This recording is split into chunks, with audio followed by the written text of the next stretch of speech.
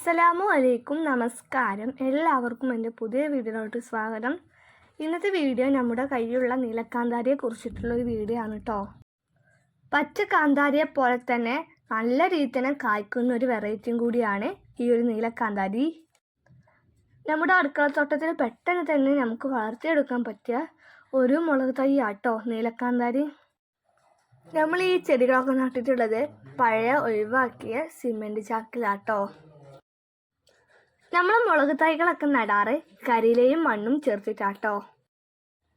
ഈ ഒരു മുളക് ഉണ്ടായി വരുന്ന സമയത്ത് നീല കളറായിരിക്കും കേട്ടോ.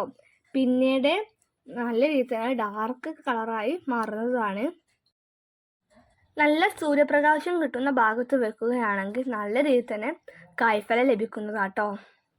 പ്ലാന്റ്സ് നട്ട് നല്ല രീതിയിൽ തന്നെ വളർന്നു വരുമ്പോൾ നമ്മൾ തലപ്പ് നുള്ളി കൊടുക്കുകയാണെങ്കിൽ ഈ മുളക് തൈ നിൽക്കുന്നത് പോലെ നിങ്ങൾക്കും നിൽക്കൂട്ടോ.